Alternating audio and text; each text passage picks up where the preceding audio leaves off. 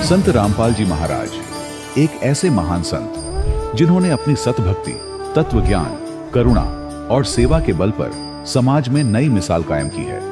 संत रामपाल जी महाराज की अगुवाई में उनके सभी सतलोक आश्रमों से समाज कल्याण के अद्भुत कार्यों ने समाज को सुनहरे भविष्य की एक नई उम्मीद दिखाई है। संत रामपाल जी महाराज से नाम दीक्षा लेने के बाद लाखों लोगों की लाइलाज बीमारियां जैसे कैंसर, एड्स आदि ठीक हुई। संत जी के ज्ञान से प्रेरित होकर उनके अनुयायियों ने लाखों यूनिट रक्तदान किया। संत जी ने लाखों बहन बेटियों का दहेज मुक्त विवाह करवाया।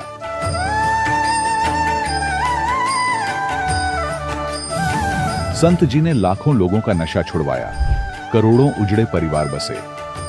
संत जी के आश्रमों में समागम के दौरान निःशुल्क नेत्र चिकित्सा, दंत चिकित्सा प्रदान की जाती है। संत रामपाल जी महाराज द्वारा समय समय पर पर्यावरण संरक्षण के उद्देश्य से बड़े स्तर पर वृक्षारोपण किया जाता है। संत जी ने जरूरतमंदों को तत्काल राहत पहुंचाने के लिए एम्बुलेंस सेवा शुरू की। संत जी अपने अनुयायियों को देहदान के लिए प्रेरित करते हैं, जिससे मानवता की सेवा और चिकित्सा क्षेत्र में सुधार हो सके। संत रामपाल जी महाराज के सभी आश्रमों में हर रोज निःशुल्क भंडारा आयोजित किया जाता है, जहां हर वर्ग, हर जाति और हर धर्म के लोग एक साथ बैठकर भोजन करते हैं।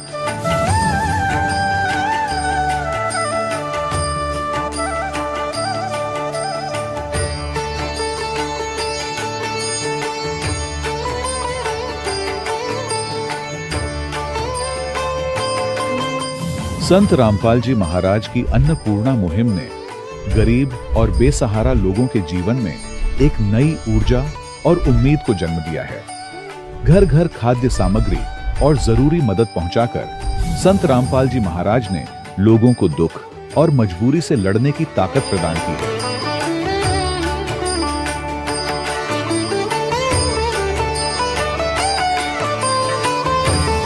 संत रामपाल जी महाराज द्वारा गरीब लोगों के लिए घर बनवाने का अद्भुत कार्य एक ऐसी मिसाल कायम कर रहा है जो सदियों सदियों संत जी की उदारता और दया भावना के तौर पर जाना जाएगा।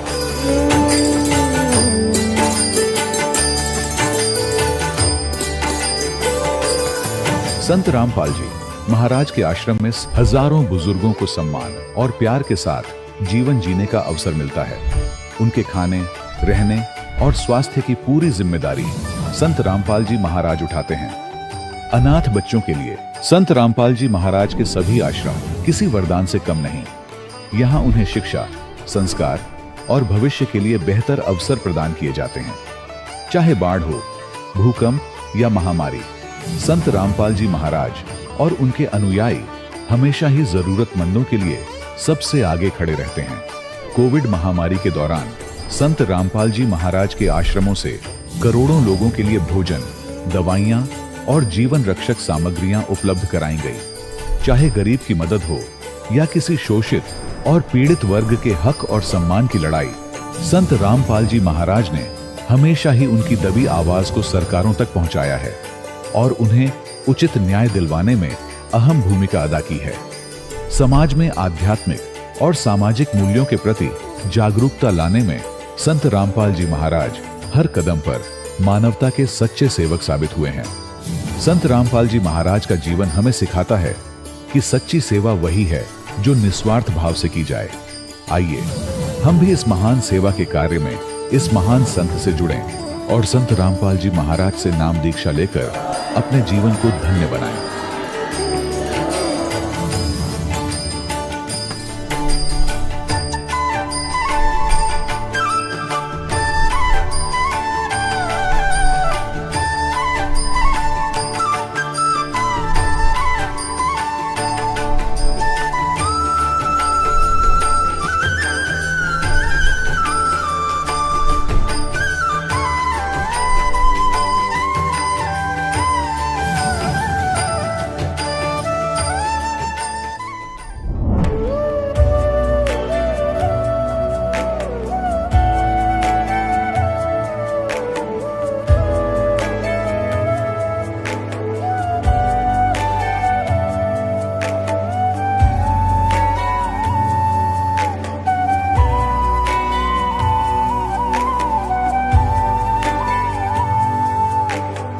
गीता अध्याय 15 के श्लोक 16-17 में 3 प्रभु बताए हैं। ये 3 प्रभु कौन हैं? किस प्रभु की शरण में जाने के पश्चात जन्म और मरण समाप्त हो सकता है? 3 प्रभुओं में सबसे उत्तम परमात्मा कौन है? कैसा है? उसका क्या नाम है? इन सभी गूढ़ रहस्यों को जानने के लिए अवश्य सुनिए जगत गुरु तत्वदर्शी संत रामपाल जी महाराज के अमृत वचन। सत साहिब दर्शकों, आज के समय में चाहे व्यक्ति कितनी भी भक्ति साधना कर ले, फिर भी वह दुखों और बीमारियों से घिरा रहता है। हर किसी को ऐसे परम संत की तलाश है जो उनके जीवन के सभी दुखों का नाश कर सके। रामबीर सिंह जी इसका जीवंत उदाहरण है। भगवान शंकर की भक्ति में लीन रहने के बावजूद इनके जीवन में अनेक समस्याएं थीं, परंतु ऐसा क्या हुआ जो रामबीर सिंह जी ने सभी साधनाओं को त्याग कर संत रामपाल जी महाराज जी से नाम दीक्षा ग्रहण की। आइए सुनते हैं रामबीर सिंह जी की कहानी उन्हीं की जुबानी। नमस्कार सर। नमस्कार सर, क्या नाम है आपका? रामबीर सिंह। रामबीर जी, आप कहाँ से हैं? हम ग्राम रुकनपुर नई बस्ती, पोस्ट व तहसील कलान, जिला शाहजहाँपुर, यूपी से। सर, संत रामपाल जी महाराज की शरण में आप कब आए? 20/6/2014 से। संत रामपाल जी महाराज की शरण में आने से पहले आप क्या भक्ति साधनाएं करते थे? हम शरण में आने से पहले शंकर की, ब्रह्मा विष्णु की पूजा करना, अन्य देवी देवताओं की पूजा करना और ये सब करते थे। और शंकर जी के हम जो है कट्टर पुजारी थे। इनकी साधना करने से हमें कभी भी कोई लाभ नहीं हुआ, हानि ही हुई और किसी भी प्रकार से हमें कोई लाभ नहीं हुआ। सर, संत रामपाल जी महाराज की शरण में आने का क्या कारण बना? सबसे पहले हमें ज्ञान गंगा पुस्तक मिली। ज्ञान गंगा पुस्तक को हमने पढ़ा और देखा। पहले में सोचा करते थे कि भगवान कौन है। श्लोक था, तुम्हें माता च पिता, तुम्हें बंधु चस्का, तुम्हें विद्या द्रोण, तुम्हें सर्वम देव देव। तो हम ये सोचा करते थे कि ये श्लोक एक परमात्मा के लिए है। वो एक परमात्मा कौन है? ना तो ब्रह्मा हो सकते हैं, ना विष्णु हो सकते हैं, ना शंकर हो सकते हैं, नारद, गणेश आदि ये तो परमात्मा हो ही नहीं सकते हैं, क्योंकि इनके पत्नियां हैं। और परमात्मा मालिक वही होता है जो सशरीर आए और सशरीर जाए। ऐसा परमात्मा इसमें कौन नहीं? शंका हुई। जब हमने ज्ञान गंगा पुस्तक को पढ़ा तो वास्तविक पता लगा कि परमात्मा कबीर ही हैं और बंदी छोड़ संत रामपाल जी महाराज के रूप में आए हुए हैं। और इस तरीके से फिर हमने उस पुस्तक के माध्यम से ज्ञान जब हमें मिला तो हमने सतलोक आश्रम में जाकर के परमात्मा से नाम लिया। संत रामपाल जी महाराज से नाम दीक्षा लेने के बाद आपको क्या लाभ प्राप्त हुए? संत रामपाल जी महाराज से नाम लेने के बाद हमें बहुत से लाभ हुए। हमारी पत्नी थी, उन्हें शुरू से ही, शादी से पहले से ही शारीरिक रोग था और चलने फिरने में परेशान रहती थी। इलाज करवाने पर बहुत सा इलाज करवाया, वो सही नहीं हुई। शरीर में, पूरे शरीर में दर्द होता था, पैरों से चोटी तक। डॉक्टरों ने कहा तो जीवन भर दवा खानी पड़ेगी, इससे तो ये मर्ज सही नहीं हो पाएगी। उसके बाद वो हमारी नाम लेने के बाद बंदी छोड़ संत रामपाल जी की कृपा से उनका सारा रोग दूर हो गया। दूसरा लाभ ये हुआ कि हमारा एक छोटा लड़का है जिसका नाम सत्यम है। वो जन्म से ही सही नहीं रहता था, हर समय इलाज चलता रहता था और उसे बीमारी थी शरीर में, जैसे हर समय सर्दी रहना, बुखार रहना और दिल का दौड़ा पड़ जाना। ऐसी घातक बीमारी से वहाँ भी डॉक्टरों ने कह दिया कि भाई ये तो अभी नहीं, ये सही नहीं होगा, इसका तो इलाज लंबा समय तक चलेगा, कम से कम आपके 50,000 रुपये खर्च होंगे। परमात्मा का नाम लेने के बाद वो बिना इलाज, बिना दवाई के वो लड़का सही हो गया, आज भी सही है। ये लाभ हुआ कि हमारी लड़की जिसका नाम पारुल है, तो उसने सत्संग में सुना था कि परमात्मा तो सब कुछ कर सकते हैं और परमात्मा जो है अपना, अगर मनुष्य की उम्र कम है तो अपनी उम्र से उम्र बढ़ा देते हैं, आँखों की ज्योति भी बढ़ा देते हैं, अंधेपन को दूर कर देते हैं और जो है सारी समर्थ हैं वो। तो लड़की ने अपने मन में जिद्दी स्वभाव किया है, अपने मन में ठान लिया कि हम 8 भाई बहन हैं और सभी नामदानी हैं।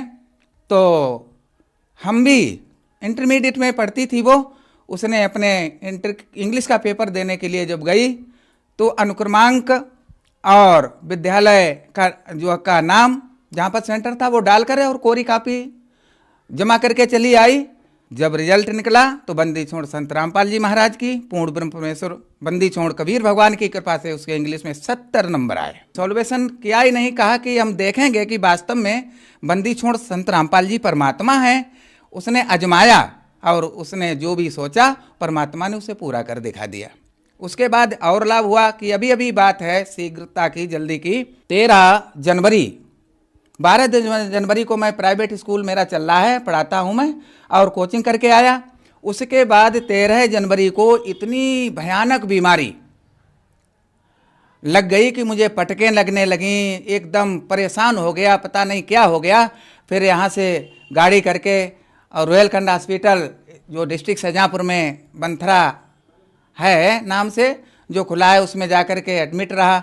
डॉक्टरों ने कहा भैया अब तो जान खतरे में है, इनकी ज़िंदगी नज़दीक है, अब ये नहीं सही हो पाएंगे। रिश्तेदारियों में फ़ोन हो गए, देखना हो देख जाओ, अब ये सही नहीं होंगे। तो इस तरीके से हमने परमात्मा को याद किया। परमात्मा ने स्वप्न में कहा बेटा सब कुछ सही हो जाएगा, चिंता ना करो। उसके बाद जो है परमात्मा ने उस हमारे जीवन को भी बचा दिया, नया जीवन दान दे दिया। कान की प्रॉब्लम थी, डॉक्टर बहल बड़ा चौक डिस्ट्रिक्ट शाहजहाँपुर में जो उनकी दुकान है आज इलाज कर रहे हैं, तो उन्होंने हमारे कान का ऑपरेशन बोल दिया। तो हमने कहा हे बंदी छोड़ गुरु रामपाल जी महाराज, पूर्ण ब्रह्म परमेश्वर बंदी छोड़ कबीर भगवान, क्या ऐसा भी हो सकता है? लेकिन परमात्मा ने धैर्य बंधाया और वो हमारा कान जो था, जो गैस अटैक किया था गला और कान में, वो बिना ऑपरेशन आज हमारा कान जो है सही हो गया है। उसके बाद बहुत से ऐसे हमें परमात्मा के नाम लेने के बाद बहुत सारे लाभ हुए। सबसे पहले था कि मैं मीट मांस भी खाता था और वो भी हमारा बीड़ी सिगरेट पान पुड़िया तंबाकू आदि और ये मदिरा और ये आज जो भी था वो भी परमात्मा कृपा से जो है आज हमें सब छुटकारा मिल गया है। गुरु रामपाल जी महाराज की कृपा से हमें सर्व सुख प्रदान है। और भी अनेक लाभ हुए कि हमारा जो है मुकदमा चल रहा था खेती पर, प्रभावशाली लोग, मीट मांस खान वाले दबंग प्रकार के लोग, वो हमारे खेतों को जोतने नहीं देते थे। और गुरु जी का मर्यादा में है, बंदी छोड़ संत रामपाल जी का महाराज का, किसी से लड़ाई नहीं करना है, झगड़ा नहीं करना है, चोरी नहीं करना है, शांति से रहना है, बदले की भावना से बिल्कुल गाली नहीं देना है। तो इस तरीके से हमने कहा हे परमात्मा आपकी मर्यादा का पालन करते हुए हमारी सारी ज़मीन को ये जोत रहे हैं।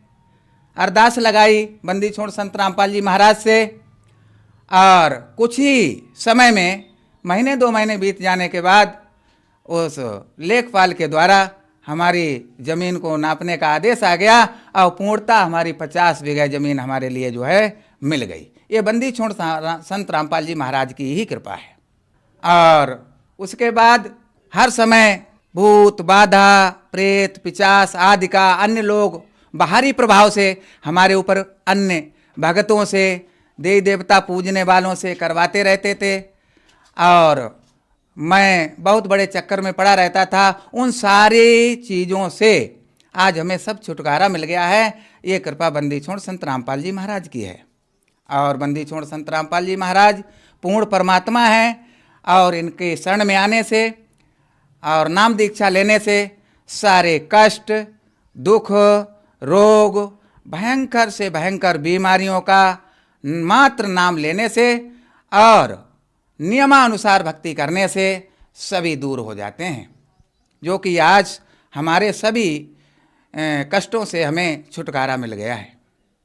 सर संत रामपाल जी महाराज की शरण में कैसे आ सकते हैं? संत रामपाल जी महाराज की शरण में आने के लिए कोई कठिन काम नहीं है। जैसे बंदी छोड़ संत रामपाल जी का सत्संग चैनल पर जो सत्संग चलता है, टीवी पर पट्टी आती है, उसमें फोन नंबर और नामदान केंद्र आदि सब पूरी जानकारी होती है और उन्हीं नामदान केंद्र पर जाकर के नाम दीक्षा प्राप्त की जा सकती है। सर, आप टीचिंग लाइन से जुड़े हुए हैं और पढ़े लिखे व्यक्ति हैं। लोगों का कहना है कि संत रामपाल जी महाराज से उनके अनुयायी अंधश्रद्धा के तहत जुड़े हुए हैं, क्या कहना चाहेंगे?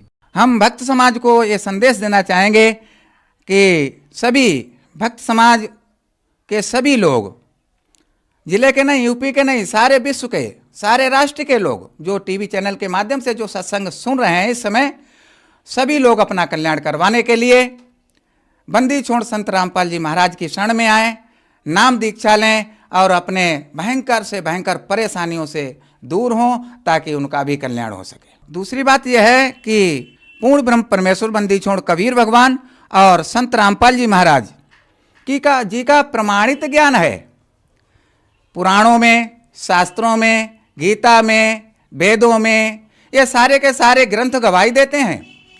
और मैंने 2-4 जगह पढ़ाना भी गया मुसलमान में, तो हमने एक कुरान शरीफ 650 रुपये की खरीदी और एक मुसलमान धर्म के जो हाजी जी जो नमाज पढ़ा करते हैं उनसे हमने कहा कबीर भगवान, उन्होंने नहीं माना तो हमने कुरान शरीफ दिखाया, हमने जो है उन्हें पढ़ाया तो उन्होंने भी मान लिया कबीर भगवान है। ऐसे ही सिक्कों के यहाँ कोचिंग हम पढ़ाने गए, वहाँ गुरु ग्रंथ साहिब में वो नानक जी को कहते हैं यही परमात्मा है, तो उसमें भी गुरु ग्रंथ साहिब में भी लिखा है कि कबीर भगवान है।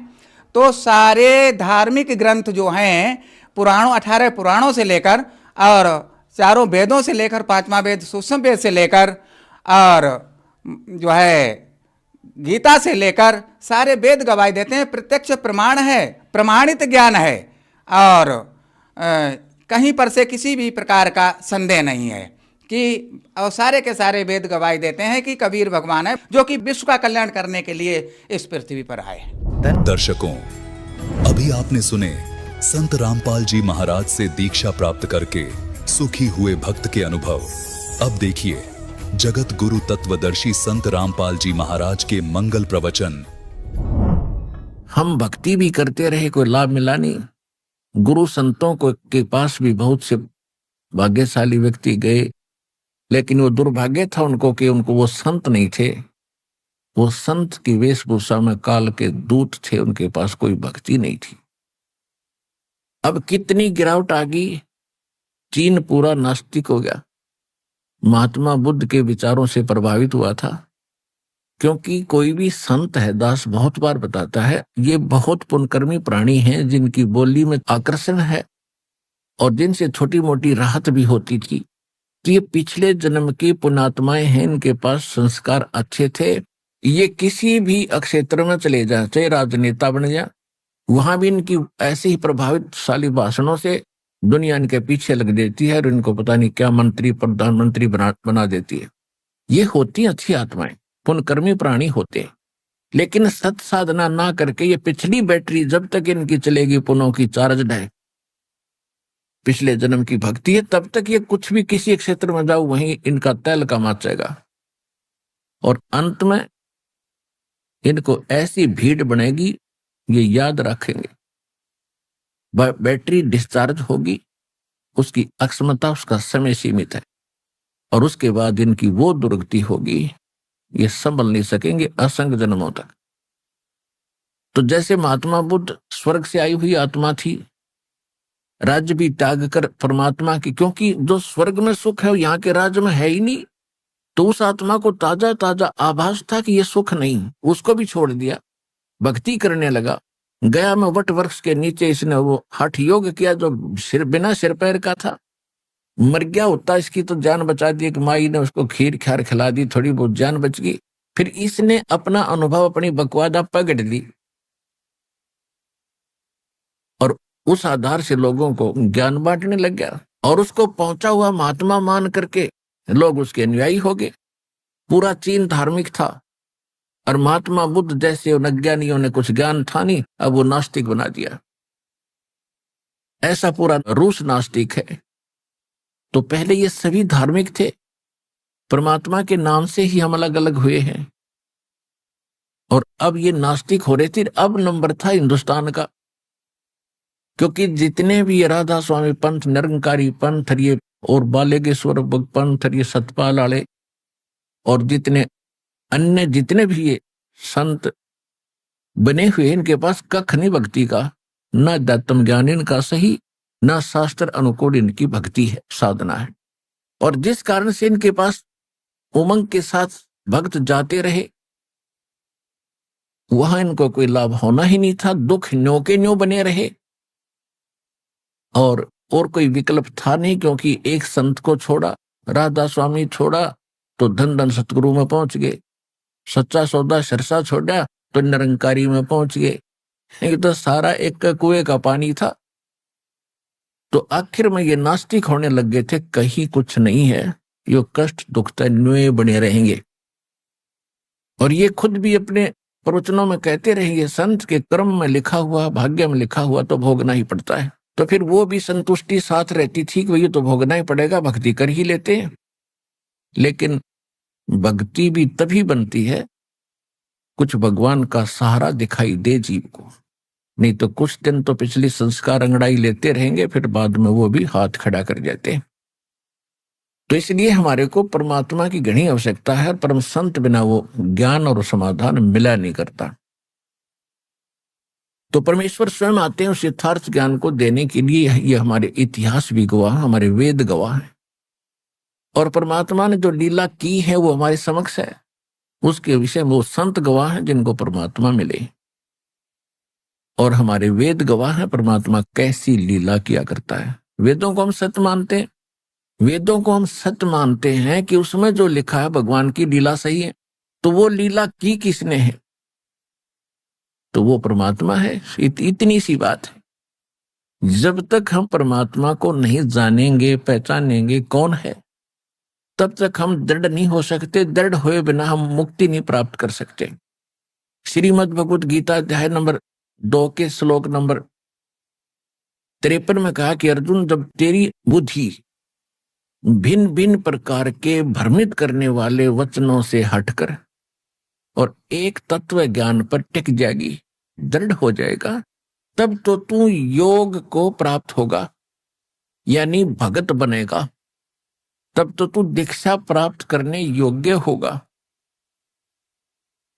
तो इसी प्रकार दास का उद्देश्य यही है कि सबसे पहले आप जी को इतना दृढ़ कर दूं, पर एक एक केंद्र पर, एक एक बिंदु पर 6 प्रमाण दिखाता हूं कि ये भगवान है और ये प्रमाण है, ये भक्ति के मंत्र हैं और ये इन महापुरुषों को इसे मोक्ष हुआ, और ये हमारे वेद और गीता में प्रमाणित है। और ये भगवान जो लाभ देता वो आपको हो रहे हैं। तो ये 3 पॉइंट हैं परमात्मा को पहचानने के लिए। और जब आपको ये तीनों खरे उतर जाएंगे तो आप अपना भगत बन गए। फिर डगमग नहीं होना।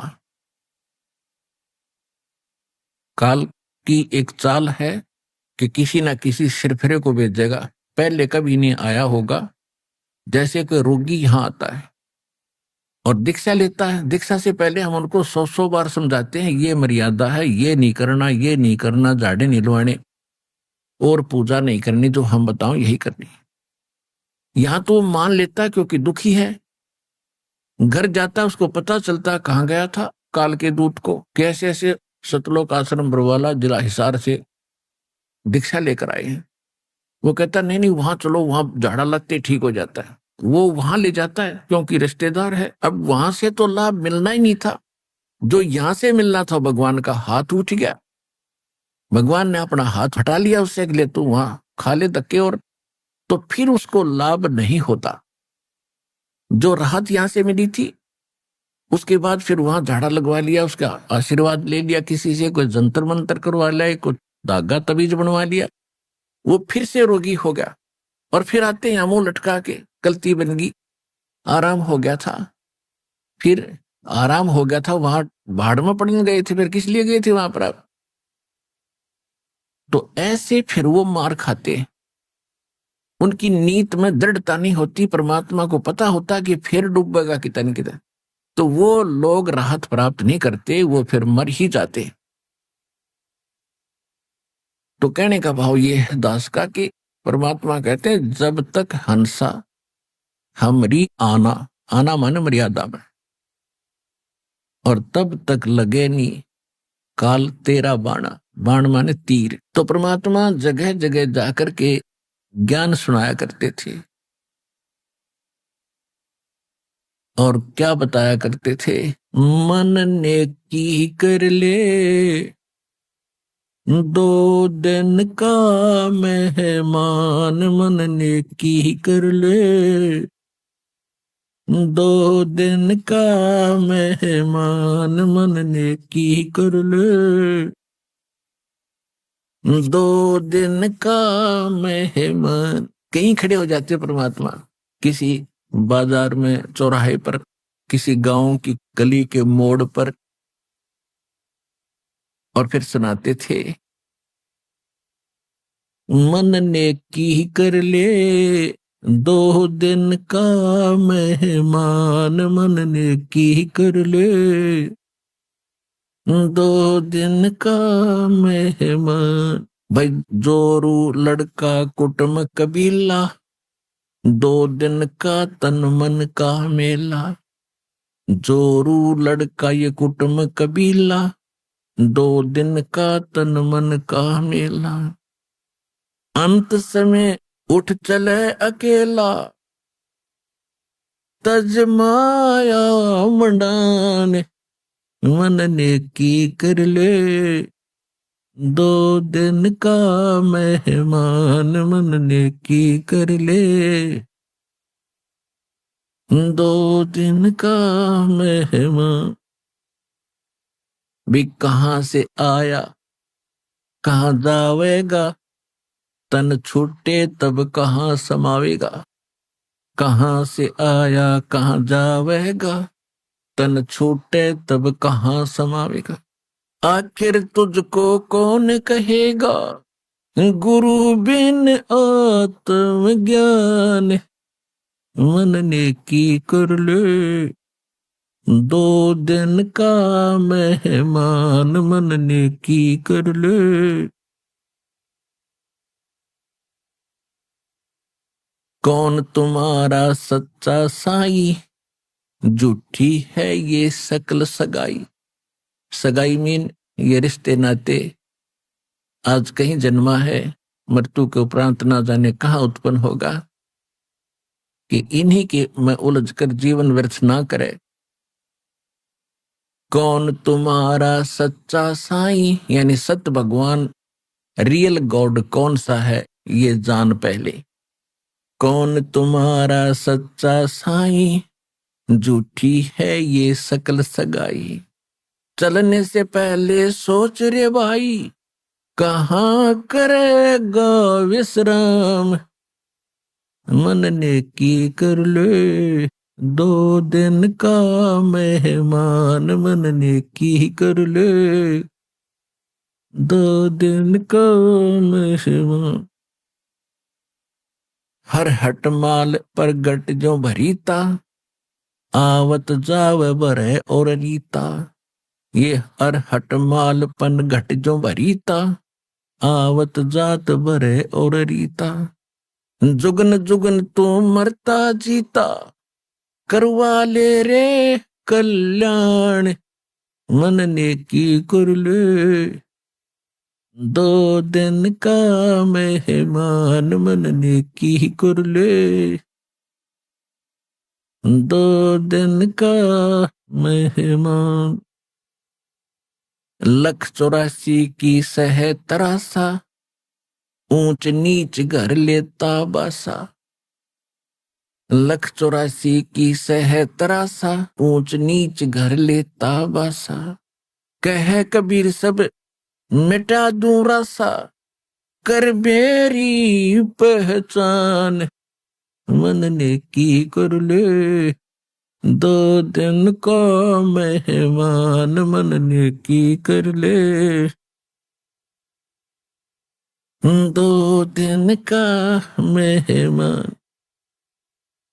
परमात्मा कहीं भी खड़े होकर के, क्योंकि अपने बच्चों के लिए अपने ही भटका करते हैं, और हमने काल की घुट्टी गढ़ी पी रखी है भांग। कबीर साहब कहते हैं, कबीर ये माया अटपटी, सब घट आन अड़ी, किस किस को समझाऊं या कुएं भांग पड़ी।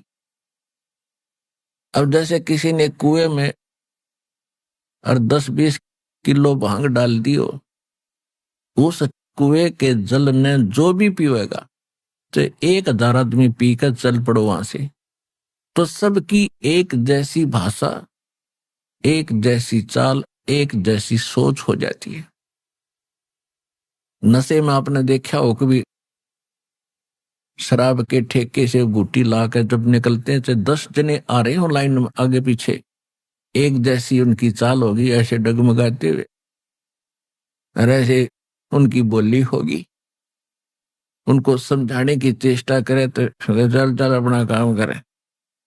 तो कहने का भाव यह है कि हमने ये काल की माया की घनी भांग पी रखी है। हमारे को कोई भी मिला है, उसने यही ट्रेनिंग और ये शिक्षा दी है कि बेटा अपना करके खा, और देख उसने 2 कोठी बना ली, बेटा तुम भी अपनी बढ़िया कोठी बना।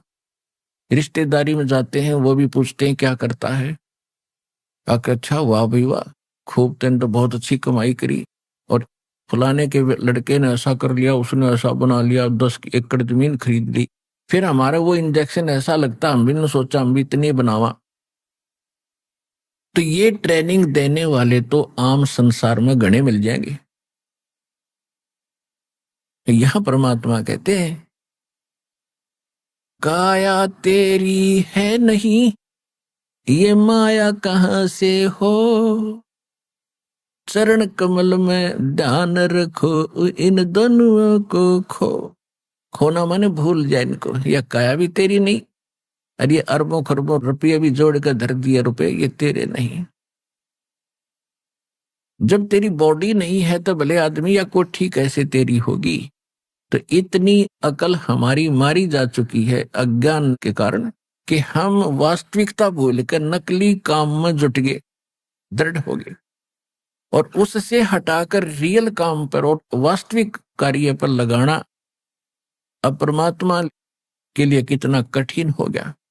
लेकिन परमात्मा के लिए कठिन नहीं होता, वो चाहे तो एक पल में कर दें, लेकिन हम कैसे मानेंगे उनको, वो फार्मूला अपनाना पड़ता है, क्योंकि हम सब इच्छा से यहाँ आए हैं, और सब इच्छा से यहाँ से जाने की प्रेरणा होगी तभी हम वापस जा सकते हैं। वैसे नहीं जा सकेंगे। कमाई जो कर रहे हो ये आपके साथ रहेगी, आपको लाभ मिलेगा, मोक्ष नहीं हुआ तो यहाँ भी आप स्वर्ग में भी जाओगे, देवता बन जाओगे, राजा बन जाओगे, अंत में फिर गधे भी बन जाओगे। ये भी याद रखना। तो यहां से निकलने के लिए आप जी ने यहां से मन हटाना पड़ेगा। ये लोग ठीक नहीं, चाहे हम लाख वर्ष जीवन भी प्राप्त किया तो भी मरे। और आपके सामने आप देख रहे हो, आप क्योंकि हमारे ऊपर वो प्रेशर इतना है त्रिगुण में माया का कि हम रोज सत्संग भी सुनते हैं, हमें पता भी है, लेकिन हम विवश हैं। दैनिक कार्य भी इतने कुछ हमने अपने ऊपर लाद लिए, ये कुप्रथाएं, जिस कारण से हमें चैन ही नहीं। दिन रात माया जोड़ेंगे, फलाने का देना है, उसको ब्याह करना है, वो ऐसे करना है, कोठी बनाऊंगा, ऐसे करूंगा।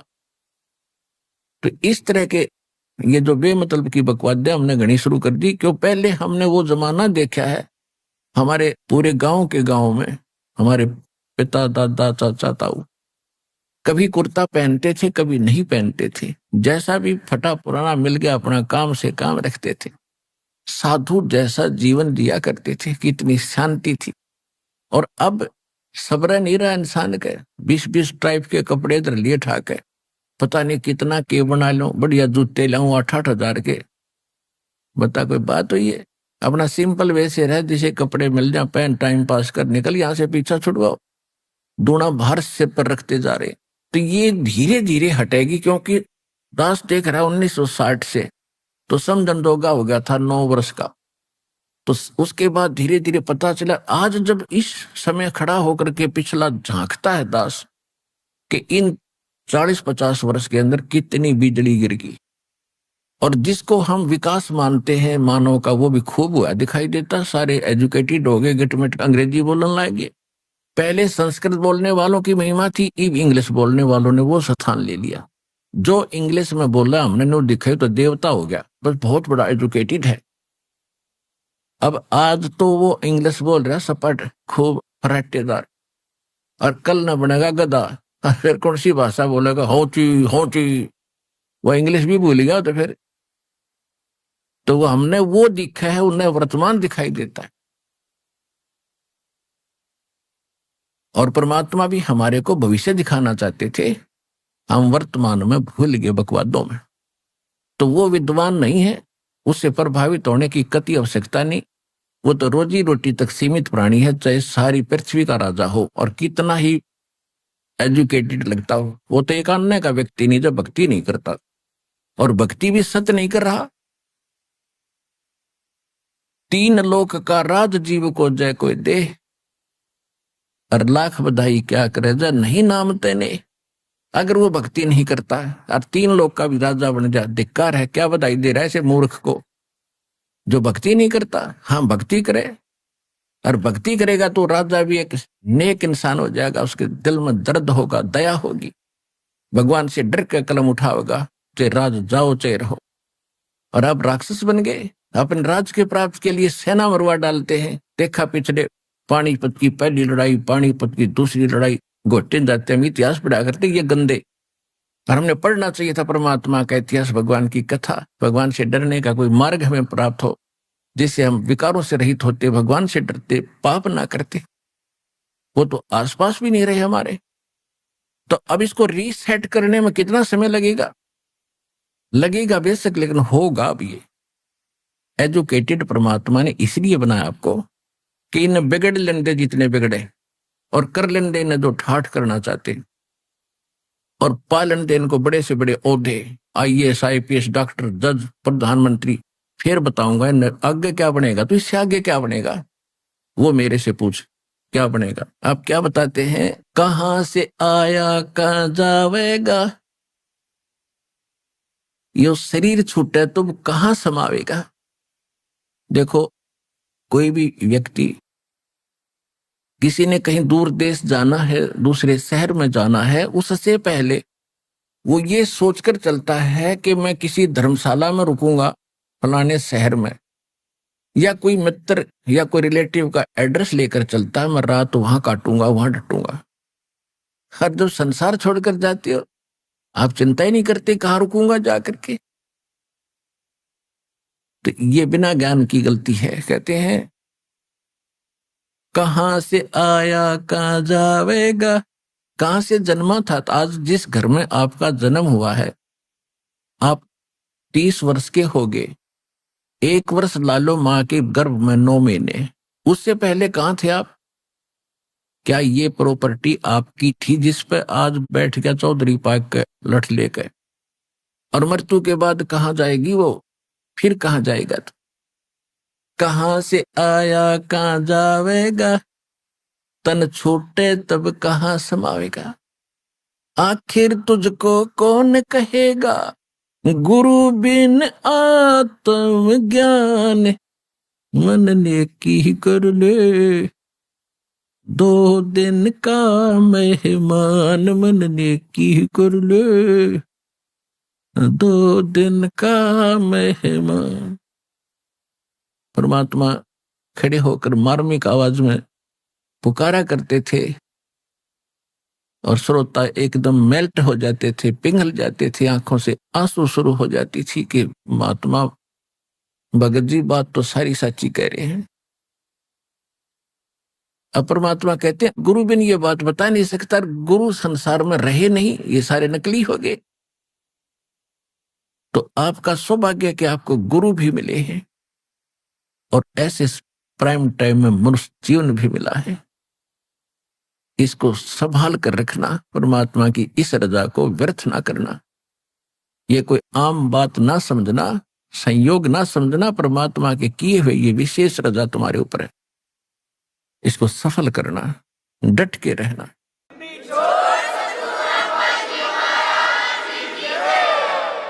आखिर तुझको कौन कहेगा, गुरु बिन आत्म ज्ञान। यहां पर अभी तक हम सुना करते थे कि आत्म ज्ञान हो गया मोक्ष हो गया, आत्म ज्ञान हो गया मोक्ष हो गया। इनको यही नहीं पता था आत्म ज्ञान क्या होता है। आत्मज्ञान से मोक्ष नहीं, आत्मज्ञान के बाद परमात्म ज्ञान हो। कहते हैं कूप की छाया और कोप के माही, ऐसा आत्मज्ञान। जैसे कुएं की छा और कुएं तक ही सीमित होती है, उसका बाहर कोई लाभ नहीं। ये है तुम्हारा आत्मज्ञान। क्या है आत्मज्ञान? आत्मज्ञान हो क्या कराते थे कि तू जीव है, हम कहां से आया था, कहां जाएगा। भाई तू एक जीव है, परमात्मा ने तुझे मनुष्य जीवन दिया है, इसमें लाभ उठा, भक्ति कर, इसका मूल उद्देश्य ये है। तो ये तो है आत्मज्ञान। अब ये किसी ने पता लग गया कि मैं कुएं में गिर गया, और दूसरे ने बता दिया तो कुएं में गिर गया, इसे बाहर निकलेगा तो जान बचेगी। वो निकलने का साधन क्या है? अब जैसे किसी को बता दिया रोग है, क्या रोग है आपको? ये रोग है, और उसको भी ज्ञान हो गया कि मुझे ये रोग है, हाँ औषधि है नहीं, तो what is use that knowledge?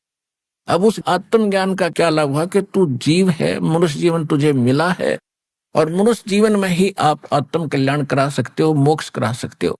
आपको भी ज्ञान हो गया, हाँ भाई बिल्कुल ठीक है, मनुष्य जीवन बड़े मुश्किल से मिलता है, इसी में आत्म कल्याण हो सकता है, और वो साधन है नहीं, औषधि है नहीं, तो क्या फायदा उसका?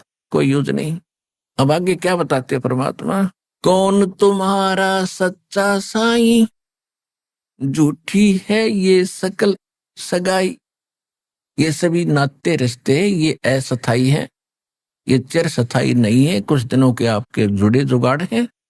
और वास्तव में तेरा कौन सच्चा भगवान है, कौन है वो सच्चा साईं? साईं माने मालिक, परमात्मा। तो ये है परमात्म ज्ञान। जैसे ब्रह्मा विष्णु महेश ये कौन है? ये भी राम हैं, ये भी देव हैं, ये भी साहब हैं, लेकिन ये साहब ऐसे साहब हैं आपको केवल किया कर्म ही दे सकते। आपके जो भाग्य में है वो आपको देंगे, चाहे दुख है चाहे सुख है, ये पक्का देंगे, ये इसमें कोई चूक नहीं होने देंगे, इनकी इतनी ड्यूटी है। लेकिन आपके संस्कार में दुख है तो दुख भी आपको देंगे, बाई फोर्स देंगे, और सुख है तो सुख भी देंगे, बाई फोर्स देंगे। जैसे आज कोई मंत्री, प्रधानमंत्री, मुख्यमंत्री बना है, उनका पुण्य है तो वो जरूर देंगे, चाहे वो कितने खोटे खोदाई में कितने जुल्म ढाले, वो फिर भी उसको देंगे, और उन जुल्मों का अकाउंट साथ होता रहेगा। फिर उनके कर्म भी जबरदस्ती देंगे, उनको ठोक कर देंगे। तो इतना काम है इन भगवानों का। और ये केवल एक ब्रह्मांड के अंदर रजगुण विभाग के मंत्री हैं ब्रह्मा जी, सतोगुण विभाग के मंत्री हैं विष्णु जी, तमोगुण विभाग के मंत्री हैं शिव जी, और इनके पिता हैं ये मुख्यमंत्री है एक ब्रह्मांड के। और यहाँ की व्यवस्था है, जो जैसे कर्म करेगा वैसा ही फल मिलेगा, और जन्म मृत्यु सदा बनी रहेगी, कभी कोई इसमें चेंज नहीं कर सकते। और जब तक मृत्यु जन्म है तब तक जीव सुखी नहीं हो सकता। तो उसके लिए इससे नेक्स्ट फिर अक्षर पुरुष है जिसको परब्रह्म कहते हैं, वो भी साहब कहलाता है, वो सातसंग ब्रह्मांड का स्वामी है, लेकिन उससे हमारा कोई लिंक नहीं है, वो अलग उसका स्थान है, उसकी व्यवस्था अलग है। लेकिन उसके लोक से हमने जाना पड़ेगा, जब हम सवलोक जाएंगे, सतलोक जाएंगे, उसके लिए उसका टैक्स किराया हम देंगे, तभी वो हमें वहां से रास्ता देगा, नहीं देगा। इसलिए सतनाम के अंदर 2 मंत्र आपको दिए जाते हैं। एक तो ओम है ये ब्रह्म का, जहां हम रह रहे हैं, इससे छुटकारा पाने के लिए, इसका जितना भी ऋण हमारे ऊपर है, या जितने भी हमने पाप खोटे खोद रखे हैं, और जो भी इसका उधार हमारे ऊपर है, उस ओम नाम की कमाई को इसको दे देंगे। हम इसके होटलों में स्वर्ग महास्वर्ग उस ब्रह्मलोक में जाकर अपनी पूंजी बर्बाद नहीं करेंगे भक्ति की। इसका ऋण उतरेगा इस ओम नाम के जाप से। फिर हमने जाना है आगे, उस अक्षर पुरुष के लोक सातसंग ब्रह्मांड का क्षेत्र पार करना, उसका टैक्स देना है दूसरे मंत्र का, जो सतनाम में जो सेकंड मंत्र है। और फिर तीसरा जो मंत्र सारनाम आपको मिलेगा, वो परमात्मा का मंत्र है, रियल उस सतपुरुष का, वो आपको स्थायी स्थान देगा वहां सतलोक में। इस प्रकार हम आगे चलेंगे। ये है परमात्म ज्ञान। कहते कूप की छाया कूप के बाही, ऐसा आत्मज्ञान है। कुएं तक सीमित है, बाहर उसका कोई अस्तित्व नहीं। ऐसा तुम्हारा ये आत्मज्ञान था। तू जीव है, भक्ति कर ले, मनुष्य जीवन इसीलिए मिला है, मोक्ष इसी से हो सकता है, इसमें भक्ति नहीं की तो पार नहीं होगा। किसकी भक्ति करनी है, वो मंत्र क्या है, कौन है वो भगवान जिसकी भक्ति करे, तो ये है वो परमात्म ज्ञान। अभी आपने सुने संत रामपाल जी महाराज के मंगल प्रवचन। आइए अब सुनते हैं संत रामपाल जी महाराज से नाम दीक्षा लेकर सतभक्ति करके अद्भुत लाभ प्राप्त करने वाले अनुयायी के विचार। दर्शकों, आज हम आपको चंदेसरी जी से रूबरू करवाने जा रहे हैं, जो बिहार के सुपौल जिले के रहने वाले हैं। चंदेसरी जी माता दुर्गा और बजरंग बली की अटूट साधना करते थे। दर्शकों कहते हैं, यदि हनुमान जी की भक्ति की जाए तो कोई भूत प्रेत आपके निकट नहीं आता, परंतु चंदेसरी जी को सुनने के बाद ये बात झूठी साबित होती है। दर्शकों, हनुमान जी की भक्ति करते हुए भी चंदेसरी जी भूत प्रेत की बाधाओं से पीड़ित थे। फिर एक दिन चंदेसरी जी ने सभी साधनाओं को त्याग कर जगत गुरु संत रामपाल जी महाराज से नाम दीक्षा ले ली। आज ये मीडिया को जो बता रहे हैं उस पर विश्वास करना मुश्किल है। क्या संत रामपाल जी महाराज से नाम दीक्षा लेने के बाद इनकी प्रेत बाधा समाप्त हो गई? आइए जानते हैं चंदेसरी जी की कहानी उन्हीं की जुबानी। नमस्कार सर। नमस्कार सर। सर क्या नाम है आपका? चंदेसरी दास। सर कहाँ से हैं आप? डिस्ट्रिक्ट सुपौल बिहार से हैं सर। सर संत रामपाल जी महाराज से नाम दीक्षा आपने कब ली? संत रामपाल जी महाराज से दीक्षा हमने 2013 मार्च में ली। संत रामपाल जी महाराज से नाम दीक्षा लेने से पहले आप क्या भक्ति साधनाएं करते थे? संत रामपाल जी महाराज से नाम दीक्षा लेने से पहले हम सभी देवी देवताओं की भक्ति किया करते थे। माँ दुर्गा की भक्ति करते थे, काली की भक्ति करते थे, और बजरंग बली का जो है मंगलवारी का जो व्रत होता है वो व्रत किया करते थे। तो फिर आप संत रामपाल जी महाराज की शरण में कैसे आए? संत रामपाल जी महाराज की शरण में हम ऐसे आए सर कि मेरे पास बहुत बड़ी समस्या आ चुकी थी। मेरी पत्नी को जो है प्रेत बाधा थी। वो प्रेत बाधा ऐसा था कि हमको 2 साल तक लगातार जो है एक दिन छोड़कर एक दिन हम अपनी पत्नी को जो है कभी उस तांत्रिक से, कभी इस तांत्रिक से, कभी उस ओझा गुनी के चक्कर में आते आते हम जो है परेशान हो गए थे, लेकिन वो ठीक नहीं हो रही थी। बहुत सारे जगह गए, लेकिन हमारी पत्नी का जो है वो भूत प्रेत का जो बाधा था वो ठीक नहीं हो रहा था। उसके दरमियान जो है हम बहुत से ऐसे डॉक्टर के भी पास गए कि क्या पता इनका जो है मानसिक बीमारी हो, इनसे इनका जो है दिमाग ऐसे ख़राब चल रहा हो, लेकिन डॉक्टर के पास भी जाने से हमको कोई लाभ नहीं मिला। और हम जो है ऐसे दिन पर दिन जो है परेशान होते गए और मेरी आर्थिक स्थिति जो है ख़राब होती गई। साथ में जो है हमारी लड़की जो थी, जो बचपन से उसको एस्नोफेलिया का शिकायत था, सांस का शिकायत था, उनको भी जो है हम डॉक्टरी ले जाते जाते परेशान थे। हफ्ते हफ्ते में उनको जो है डॉक्टरी ले जाते थे और दवाई लेकर आते थे, फिर भी नहीं ठीक होता था। मेरे छोटे लड़के था, उनको भी जो है छोटे डॉक्टर के पास ले जाते थे, लेकिन उनका भी इलाज नहीं हो पा रहा था। बड़े डॉक्टरों के पास ले जाना पड़ता था और 15-15 दिन पे करीब लगातार 2 साल तक ऐसे ही हमारी छोटी बड़ी लड़की और छोटे लड़के का इलाज चलता रहा। इस दरमियान हमारा जो है आर्थिक स्थिति बहुत कमज़ोर हो गया। कुछ दिन के बाद हमको जो है एक हमारे ही गांव में एक भगत जी हैं जो संत रामपाल जी महाराज से नाम दीक्षा वो लिए थे। उनके द्वारा जो है हमको एक पुस्तक मिला जिसका नाम था सचखंड का संदेश। उस पुस्तक को पढ़ने के बाद उसमें जो सृष्टि रचना जो लिखा हुआ था, उस सृष्टि रचना को पढ़ने के बाद हमको ऐसा लगा कि हम जो भक्ति कर रहे हैं, इन सारे 33 करोड़ देवी देवताओं की जो भक्ति कर रहे हैं, इनसे हमको जो लाभ नहीं मिल पा रहा है। इसका मुख्य कारण यही है कि सृष्टि के दरमियान जो है इसमें बताए हैं कि ये तो 33 करोड़ देवी देवता है और पूर्ण परमात्मा जो है कोई और है। वो पूर्ण परमात्मा जो है पढ़ने के बाद हमको पता चला कि वो पूर्ण परमात्मा कबीर साहब हैं और वो अभी इस टाइम में इस धरती पे जगत गुरु तत्वदर्शी संत रामपाल जी महाराज के रूप में आए हुए हैं।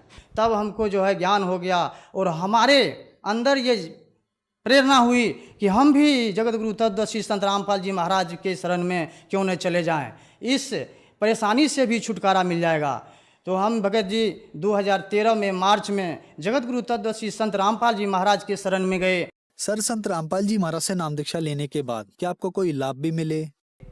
संत रामपाल जी महाराज से नाम दीक्षा लेने के बाद हमारी जो परेशानी थी, जो हमारी भगतमती की, वो सबसे बड़ा जो प्रेत बाधा था, उसको होता था क्या सर कि वो जो जब वो ऐसे आँख जब खोलती थी तो आँख से एक जो है रोशनी जैसा निकलता था और वो एक रोशनी जो है बड़ा पर्दा सा हो जाता था और उसमें जो है वो सारे कुछ देखती थी। वहाँ का जो है काल लोक का जितना भी चित्र था, जिन जिन्नात देवी देवता सारे वो देखती थी और हम नहीं देखते थे, लेकिन वो हमको बताते थे कि ये मैंने इसका घर यहाँ है, ये चनरहार है, ये सोना है, ये चांदी है, इतना पैसा है, ये हमको पुकार रहे हैं, ये हमको अपनी ओर जो है क्या कहते हैं आने के लिए बोल रहे हैं। ये सारे स्थिति हमसे वो बोलती रहती थी, रात में सोए भी रहती थी तो ऐसे वो बोलती रहती थी। हम बहुत परेशान थे सर।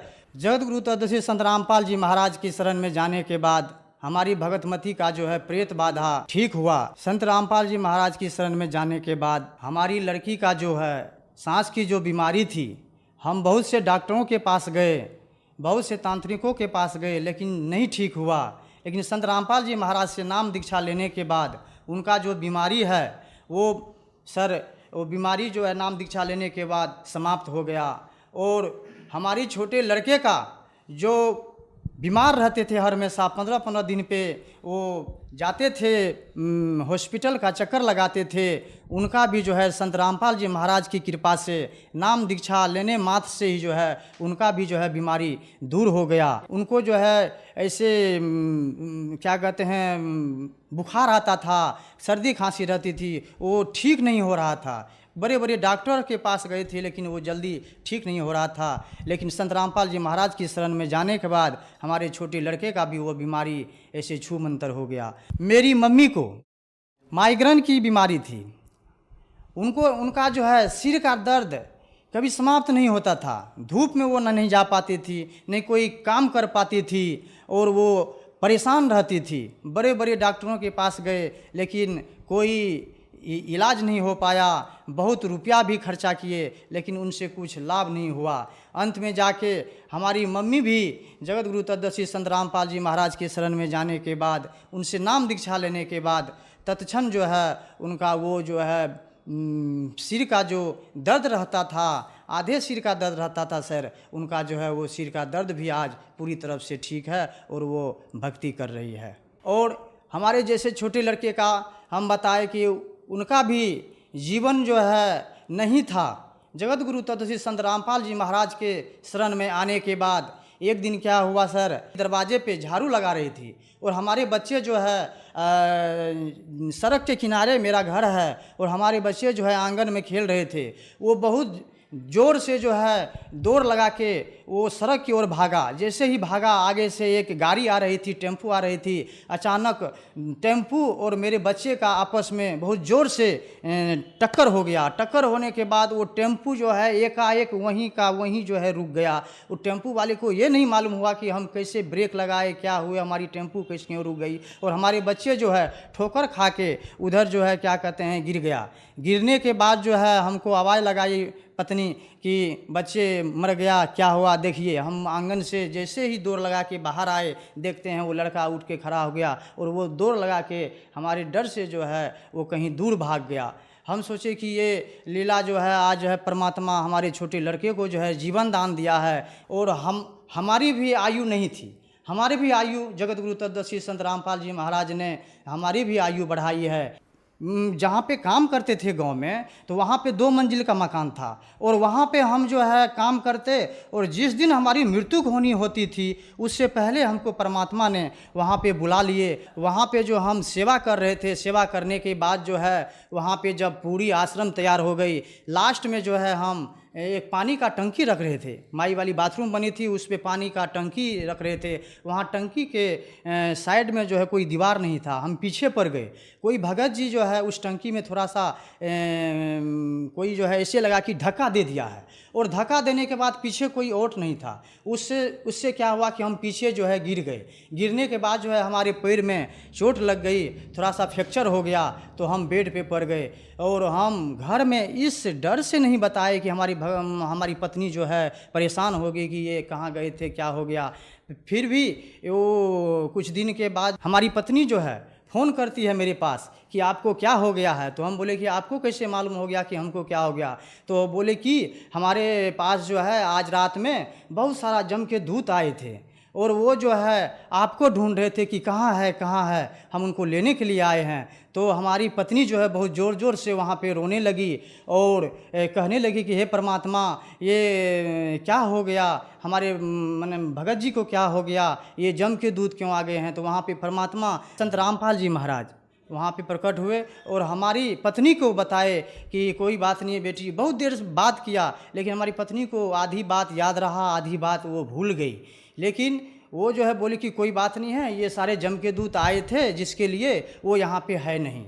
वो हम उनका जो है क्या कहते हैं कर्म में जो लेग था उनको काट दिए हैं, तुम क्या कहते हैं चिंता मत करो। फिर वो जम के दूत जैसे ही गुरुजी बाहर आए हमारे घर से, तो जम के दूत दूर भाग गए। दूर भागने के बाद फिर जम के दूत आ गए। वो मान रहे थे, फिर आ गए। फिर हमारी भगतमती रोने लगी कि फिर आ गए परमात्मा फिर वहाँ पे प्रकट हुए और बोले कि भगत हमारी पत्नी से बोले कि बेटी तुम चिंता मत करो, तुम्हारे पति का जो है उम्र नहीं था, उनको जो है आज ही के दिन यहाँ पे क्या कहते हैं मरना था, और यहाँ पे लाश उनकी आनी थी। जैसे हम वहाँ पे अपने गांव में 2 मंजिला पे काम कर रहे थे, प्लस्तर का काम करते थे, वहाँ से हमको उस दिन गिरना था, और गिर के हमको उस दिन हमारी मृत्यु थी। लेकिन संत रामपाल जी महाराज ने उनसे पहले जो है हमको अपने जो है वहाँ पे हरियाणा में हमको बुला लिए, और वहाँ पे जो है ये सारी लीला करने के बाद जो है हमारी इस तरह से जान बची। और पहले भी हमारी आर्थिक स्थिति बहुत कमज़ोर रहती थी, और हम दाने दाने के लिए तरस रहे थे। हम पहले 33 करोड़ देवी देवता की भक्ति जो करते थे, इनके भक्ति करने से दिन पे दिन हमारी आर्थिक स्थिति बहुत कमज़ोर होती जा रही थी। और संत रामपाल जी महाराज के शरण में जैसे ही हम आए, उस दिन से हमारी आर्थिक स्थिति भी संभल गई। और आज हम क्या बताएं सर, आज हमारा ऐसा सौभाग्य है, ऐसा स्थिति है कि जगत गुरु तत्वदर्शी संत रामपाल जी महाराज की दया से आज हम जैसे 6 और 7 साल से, आप विश्वास नहीं कीजिएगा, कम से कम अगर कोई 6 और 7 साल से अगर काम नहीं करेगा तो खाएगा क्या। लेकिन हम सर आपको बताना चाहते हैं कि हम आज तक 6 और 7 साल में मात्र 6 से 7 महीना ही काम किए हैं। हमको भी ये नहीं पता लगता है कि हमारे घर में कैसे हमारे पास जो है पैसा पूरा हो जाता है, अन्न पूरा हो जाता है, हमको भी पता नहीं लगता है। अब हमारा पूरा परिवार सुखी संपन्न और संत रामपाल जी महाराज के शरण में है और भक्ति करके अपना जीवन यापन कर रहे हैं। सर आपने बताया कि संत रामपाल जी महाराज की शरण में आने के बाद आपको बहुत सारे लाभ मिले, तो संत रामपाल जी महाराज से नाम दीक्षा कैसे ली जा सकती है? वो संत रामपाल जी महाराज से नाम दीक्षा ऐसे ले सकते हैं, संत रामपाल जी महाराज का सत्संग आता है, उनके नीचे में पीली पट्टी चलती है, उस पीली पट्टी में नंबर दिया हुआ रहता है। उस नंबर पे फ़ोन करके वो अपनी नज़दीकी नामदान केंद्र का पता लगा सकते हैं कि हमारा नज़दीकी नामदान कहाँ है, और पता लगा के वहाँ जाकर जगत गुरु तत्वदर्शी संत रामपाल जी महाराज से नाम दीक्षा लेकर के अपना कल्याण करवा सकते हैं। धन्यवाद सर। धन्यवाद।